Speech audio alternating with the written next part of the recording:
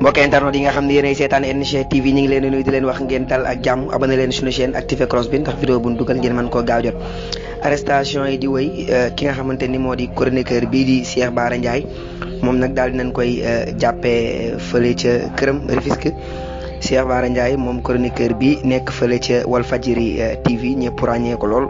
muy joxe xalaatam ci mbir yi ni ki démb sax amal na benn entretien ak ñi nga xam ñoom ñoo di waa Sénégal 7 TV moom Cheikh Bara Ndiaye mi nekk foofu ca Walfadjri émission boobu nga xam ni mi ngi ko fay amal jeudi bu nekk di fa def ay chroniqueurs yu am solo moom nag daal dañ koy jàpp niki tey jii ñi nga xam nag ñoom ñoo def loolu ñoom ñooy waa sécurité urbaine ñoom nag dañoo ñëwoon na nag ca këram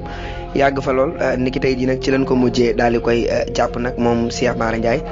ba jamono ji nag jotagun information ñu xamal ñu ci yan anam lan ko jàppeek lan moo waral ñu arrêté ko waaye xibaar bi daal mooy Cheikh Bara Ndiaye jamono ji daal di nañ koy jëlee ca këram indi ko fay ci commissariat bu Dakar.